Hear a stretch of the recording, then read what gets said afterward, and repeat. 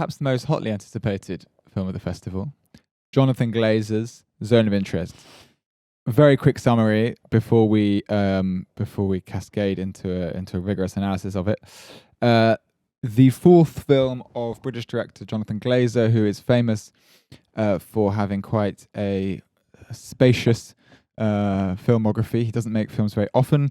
He makes some of his living making adverts, which allow him to make, including the very notoriously banned Flake advert. Oh yes, Flake advert. He made the advert with the dancing devil. Made the advert with the fireworks, the paint bombs exploding in the council estate. Anyway, he made Sexy Beast and Birth and Under the Skin. His fourth film is a attempt to document the Holocaust, specifically from the perspective of Rudolf Höss, the Auschwitz's senior commander. Rudolf Höss, the boss of the camp. The boss of Auschwitz, the top dog of Auschwitz, and his family and their various extended life. 19 children or whatever they have as well. Say again. They're 19 children or however many. Yes, huge extended family of jolly Aryan kids running around.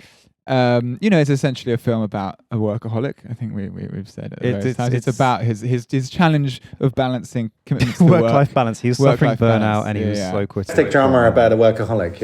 And it's filmed in quite a clinical, flat way on digital, which is unusual for a period drama. Very much so. And in the backdrop of all of this, you see the billowing smoke of the trains entering Auschwitz and of the smokestacks of the gas chambers.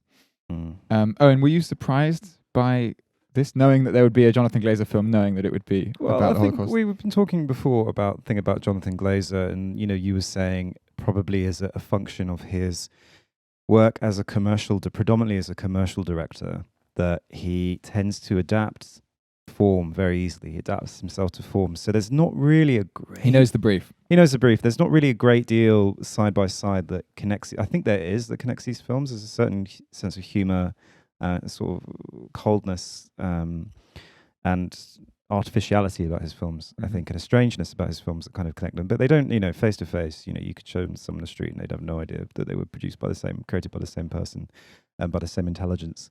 But the film itself is interesting, right? Because it's a Martin Amis novel, which is Zone of Interest, and it takes what for Amis was a slightly more, I suppose, slightly more complicated book in some ways. So Glazer's kind of boiled down the soup until it's something a little bit more rarefied. For Amos, there's multiple protagonists, and there's different. And there's also a love narrative. There's a love story, right? Which There's lots of different characters and lots of perspectives. So it's a bit more of a kind of total historical novel in some senses. Does Glazer just sort of isolate one strand? He isolates Höss. Really. But is Höss the protagonist in the film? No, so he's in place. He's lightly fictionalized as some typically stupid Amos title, character title. I'll find the name now. Yeah, it's basically Höss, I think. And I think Amos researched Höss's life for that to identify him. Right. But whereas in this, Glazer's, spent meticulous hours in the archives and has kind of reconstructed Höss as a kind of cinematic and I suppose post-literary figure in a sense. So, and it is interesting because it is in theory a bucolic study of bourgeois, because sort of petty bourgeois German family life in the 1940s as a period drama, but with, like you say, this present absence of the camp and the work that he's obviously doing in the camp, and the way it intrudes. I'm sure George will have loads to say about this when we talk about it, but when I pass it over. But the presence, and one of the things that I struggle with in this film is I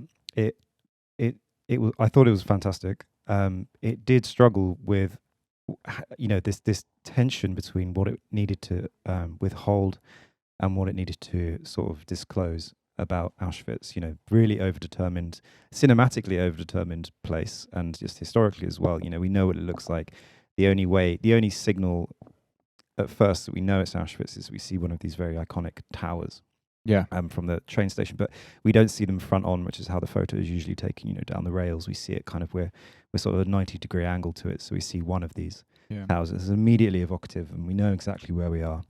We know the kind of landscape that we're in, and that this house is abutting it directly. So, yeah, so there's certain interesting decisions by which Glazer keeps Auschwitz at arm's length, and ways he kind of lets it percolate through. And it's already percolating because we know it's right there, but there's certain things, and sometimes it works really well, these little intrusions. And I think the sound mix in that regard is really good at that. And other times it was a little bit too flat-footed in terms of how it entered the film. There's a sense in which any aesthetic dealing with something as vast as the Holocaust needs to take a distinctive and indirect approach, which Shoah does. And we were thinking about this in our review of Steve McQueen's Occupied City. George, what was your main feeling about the approach in Zone of Interest? Yeah, I mean, I think to maybe wind back a bit and to just consider the stakes of narrative fiction making about the Shoah in this regard. So it is different from the discussion we had about the McQueen. And there are a few kind of like obvious touchstones here, and I think one of them is obviously the critical response to something like Schindler's List. So, I mean, maybe I could just read this Godard quote. Of course. We always welcome Godard quotes on Return to Form. Dearly departed. But so he says, Schindler's List is a good example of making up reality. It's max factor. It's color stock described in black and white because labs can't afford to make real black and white. Spielberg thinks black and white is more serious than color. So he keeps faithful to his system. It's phony thinking. To him, it's not phony. I think he's honest to himself, but he's not very intelligent, so it's a phony result. I saw a documentary, not a good one, but at least you get the real facts about Schindler. Spielberg, meanwhile, used this man and his story, and this story and all the Jewish tragedy as if it were a big orchestra to make a stereophonic sound from a simple story. I mean, he continues. Very cool. And apparently in Frederick Raphael's slightly unreliable biography of Kubrick, he reports Kubrick having made similar remarks about Spielberg's film, and also when Schindler's List came out, Kubrick had himself been working for 3 years in kind of meticulous research on what would have been his big Holocaust picture, which he then tanked as a result. And so, I mean, it is a sort of watershed in the depiction of it as with movie magic and with lights. And the prestige, total prestige of that. And it is one that has then set the template for lots of subsequent depictions, right? Yeah, which all these later films have to grapple with to an extent. That image of how the Holocaust is treated cinematically has been consumed cinematically, I think. Exactly, and making it a sort of object for consumption. And so thinking about Zone of Interest, which I do think was pretty great in many ways, is how successfully it resists this, and how it kind of resists the snares of, I suppose, the making spectacular of that which should not ever really become like spectacle to be consumed, or or what point is there in making something spectacular out of this? Like, as we said afterwards, if you're going to directly treat it, Night and Fog is probably the be all and end all of that sort of mode of. I think I'm pretty pro Shoah. I mean, the film. No, I mean as in like. I don't think Shoah is a direct film. No, because Shoah mediated through people's memory. Okay, so in terms of if you want to do a direct telling, then a narrative drama about But I think there's a sense in which we can talk about there's certain parallels, and I think Claude Lanzmann's Shoah is obviously always a reference point because it's so comprehensive and indexing of the aftermath of a brutal murder, unrestrained murder. But I think particularly with this film and with Glazer's treatment of it, there was certain moments where it tipped its hat, or it's kind of showed its hand too much about the thing we knew what was happening. So particularly with the character Höss, for example, we understand what kind of work he's getting up to in a camp, obviously, and I think the film is successful when we see him almost as this Jean Dielman kind of character, going about his tasks, his humdrum tasks, dealing with the bureaucracy, dealing with admin, often camp-related admin, sometimes about disciplining members of the SS who were picking flowers from a bush, which I thought was quite nice. That's a beautiful scene. So yeah, he kind of dictates, as he tends to do in his home office, a very angrily worded memo that the lilac bushes adjoining his villa are there for the edification of all the members of the SS, but they should not want to. Yeah, it could almost be a little bit too sort of overplayed in ways, like but it's good. It kind of works with this character who's very precise, and in some senses he kind of fulfills this image of the partly fulfills this image of this Eichmannian style sort of precise clipped functionary for whom this is not a passion. This is a just work. Just has done. Like job satisfaction and pride in what yeah, exactly. Yeah. So, and in one of the Q&As, I'm not sure if it was the one that you saw. I mean, I watched a few of them online, but Glazer sort of says that he was reading about Höss, and he was like, he read in the Nuremberg interviews that happened, with all of the incarcerated Nazis before they got hung or took their capsules. There was a French psychoanalyst who went to go and meet him multiple times, and the kind of impression that this guy formed of Höss was that he was a sort of flower collecting, milk with toast. And at that point, Glazer instantly thought of Christian Friedel, who's the actor who portrays him. Yeah, who does an amazing job and is actually very well. Yeah, I mean, he looks quite similar to the real Höss, Höss, actually. I think you saw the photo of I did. He's a relatively young man, but the interesting thing about Höss is there's another psychologist. I know this isn't a podcast about, Höss, but I think it's kind of interesting in terms of the true war crimes, the verisimilitude that this film kind of is toying with. I think it's important to grasp what he's doing there. And I think Höss, there's another sort of psychoanalyst treatment of him, who's pretty clear that he is was displaying quite psychopathic tendencies, a real indifference and lack of understanding of the crimes he'd done and lack of remorse. But so with this Höss character, we do see there are times when we see him within the world of the camp, and again, kind of indirectly. But at that point, it's kind of, you may as well just show the whole hog, because we see a scene where it's kind of a very brief scene, and we see him with his army officer's cap on. And there's screaming and sounds around him, and it's kind of a Dutch angle, and we're looking up at him, and we can see smoke around him. So he's obviously in the camp doing the killing. This felt like almost music video in a way, and I think it actually did come closest to the thing that the film tells you it won't do, which is to kind of sensationalize what's happening. But I think it was a misstep. I mean, there are like very odd. I just want to give a shout out to like these very odd infrared but monochrome sequences that are where the Mika Levy soundtrack comes most strongly to the fore. So these are a function also of one of the constraints that the film is imposing on itself, which is no unnatural light. Interesting. Because they're the exterior shots, which are not daylight, are not domestic kind of, It's available light, most of those.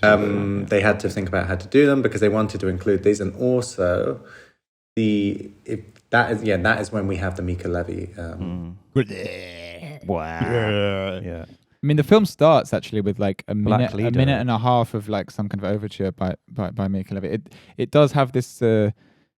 But her music, if you think about it, doesn't come in at any of the other points, and instead we have just the sound design of the sound designer. I can't remember his name, but he's worked with him on. Different person. It's not Mika Levy, so they're working together. So they're two separate basically sides of the. Because ambiently, the sound mix for most of the film is this almost perpetual, constant rumbling, clattering, gunshots, and screaming. But it was done afterwards.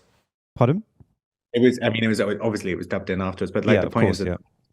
The actors portraying these kind of seeming indifference to the noises they're hearing is an actual indifference. Because they can't really hear it. They can't hear it, Yeah, I mean, I wonder if they're given direction on that, No, apparently not. Apparently the idea was to sustain this state of kind of abject indifference on set. And then apparently they did one cut, and it sounded too pastoral by half, because you could hear they'd researched all the noises of the rivers and the rustling in the trees and all the flora and fauna that you'd have around Auschwitz, and then they kind of dimmed down the actuality of what the noises of listening to joining a concentration camp would be like.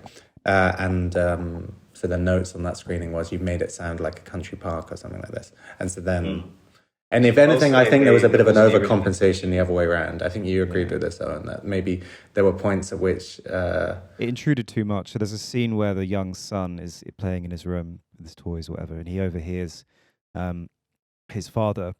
There's an altercation with the guard, and I think they find two of the prisoners in the camp fighting, and one of them stole an apple or something, and he orders him to be drowned in the river, and it's clearly Höss because they call out his name, Commandant or whatever.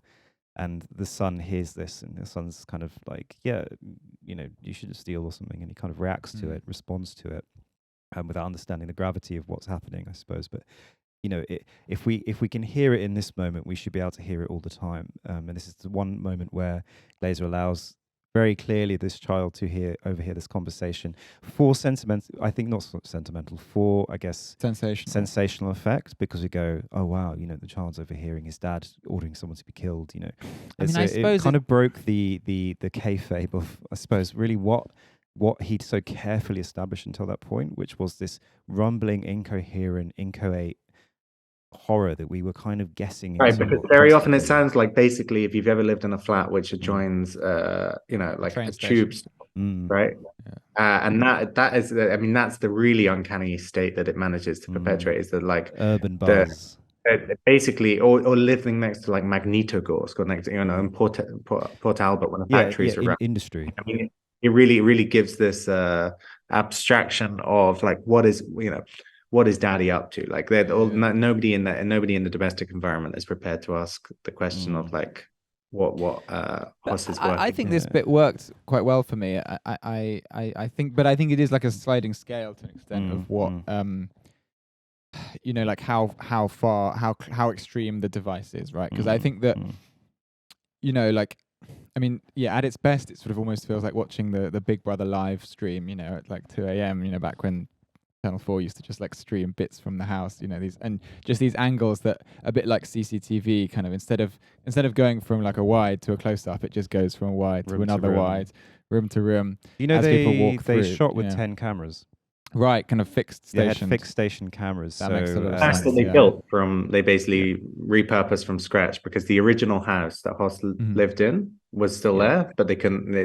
It wasn't practical to evict the Polish family that actually lives in this building. I heard a slightly different story, which is that it was fine, but they were not. It wouldn't work from a production perspective. It wasn't so much that I think it was completely possible for them to do it, but they decided it would be easier to find a house about 3 lots up, which looked vaguely similar, and they recreated the entire thing, and added this garden on, which they planted meticulously. But they still had the Auschwitz in the background. It wasn't far enough away that it didn't. But the wall is not. No, so I think there's a little bit of trickery. So they built this wall. That's not the wall of Auschwitz. It's one they constructed. But all the kind of the series of buildings. I think that can't have been built from scratch. My eye was wandering over them, trying to work out if there was a bit of. It does have this strange, like, it sort of it almost like a blue velvet picket fence. Like, it has this real sort of like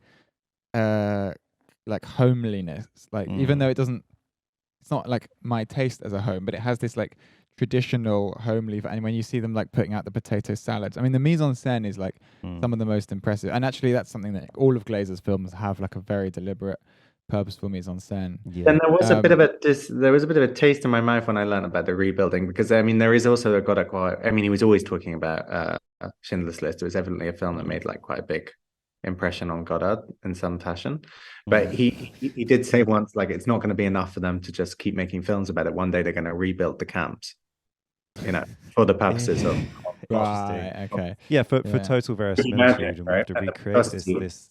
And what second as fast. There are many sides of this film that I think have a really commendable consistency and austerity to them, in the sense that, like, maybe 4 or 5 aesthetics decisions are made, and then they are pursued consistently throughout the film, right? Without kind of falling privy to the like whim of just exploring things for their own sake.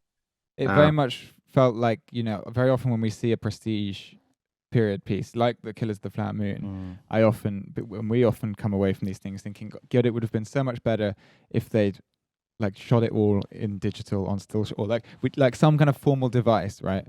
And I think when people like ask what we mean by form, I guess, and like when we talk about form and content having a relationship that is like dichotomous or like antagonistic, or connect or linked or connected, this is what we mean. I mean, when you're dealing with subject matter, when you're forced to deal with like subject matter that is sort of loaded, heavy, emotional, historically massive, you do have to make decisions like this, and I think that's, and they're more compelling because exactly. you compare it against not even Schindler's List, but more in the same weight class, a film like Son of Saul, which led into this very kind of steady cam over the shoulder, kind of very intimate and up close and embodied and very gory and very Alexi It's the kind of toolbox of immediacy effects were missing, which was actually what was so impressive. I mean, like very, very few close-ups apart from the one that we've already remarked upon inside. Which we thought was maybe a misstep anyway. But yeah, for the most part, we're in mediums, we're in wides, we're in these kind of like quite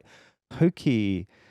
These quite hokey dolly shots in the garden, where he's wheeling the wheelbarrow and the camera just kind of follows him along, and it's this and this tracking shot as well is like a bit controversial because there was this whole discussion about that Capo was one of the first films made. I think Bradshaw even spoke about this, but there was this big discussion in Kahir about this film Capo by Ponteviquero. The guy did Battle of Algiers. Pontecorvo, yeah. So I mean, that was one of the first big spectacular Holocaust films, and that ignite this response within Kahir about the tracking shot, which was this kind of great spectacular feat of movie magic designed to kind of suture you onto the experience of the inmate. Onto the train, literally, in some sense. Well, I think that's appropriate. I mean, there's great tracking shots in show. I think the tracking shot is. I love tracking shots. We're very pro tracking shots. One thing in this. All of the garden scenes in this film were amazingly staged. I mean, they were like the use just made of this one little bit of set was quite beautiful because you saw the kind of insane rationalist logic that was kind of put in at her end, at his wife's end, into the maintenance of this and the segmentation of all the different flowers and everything else. So what's happening on one side of the wall is just being enacted on the other side. Let's just leave the house for a second because there is a sort of third act to the film where the protagonist finds himself. Before we Berlin. get to that, can I just there's a couple of things I want to say about the kind of I suppose the bucolic or pastoral edge beyond the garden, the sort of wilderness beyond the kind of refined, ordered garden, which are these kind of more natural spaces, which have become a kind of slightly liminal space or a kind of interaction space between the ordered murder of the camp and the ordered sort of growth of the garden, between like the raw and the cooked. Sometimes we talk about Lévi-Strauss, and I think the river, which they sometimes play out and swim in, becomes a place where these two worlds kind of interface in interesting ways. So amazing scene. When he's in the river with his daughters swimming, and something flows down, this kind of brown brackish stuff, and he's seized with enormous panic and kind of hurries his daughters out of the river, and it's implied, who knows what it is, blood, bones, body. They're cleaning themselves, and he is the most forensic, of course, in cleaning his hands because he's the one privy to them. He knows what it was, it's presumably body parts or something. So there's these quite amazing scenes where the river becomes this place where these things are a little bit more wild and they kind of interact with each other.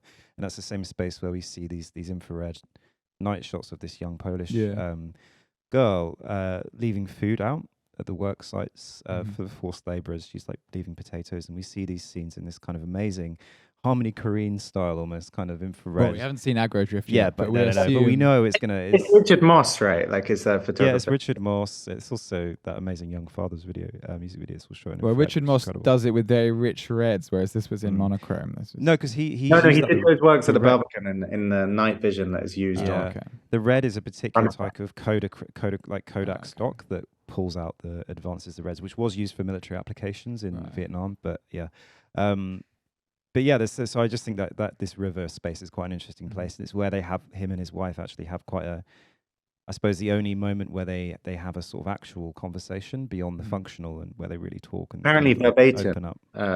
It comes from some housekeepers having overheard it Wow, that's Wow. insane. It's a great conversation. Yeah. This is one of my favorite moments, actually, my favorite banality of evil moments, where Mm. she sort of says, like, it's when he announces that he's going to have to move to Berlin, and that they're all going to have to move, and she protests. She says, I want us to, we'll stay here, hold the fort, it's a beautiful house. We live such a wonderful life, just as the Fuhrer wants us to. I have everything I want here, and it is a very These effective Lebensraum settlers in the east. Yeah, it's very extreme, but it's a very effective moment of irony, because obviously, we watch it, and we can't ignore the horrors that are happening in the background, and they are always, except in this annoying shot that we keep coming back to, they are always in the background. Can we talk about the third act? Cover the third act? We can't. I mean, this is probably the most important film to talk about, but we can't go on as long as we did the last episode.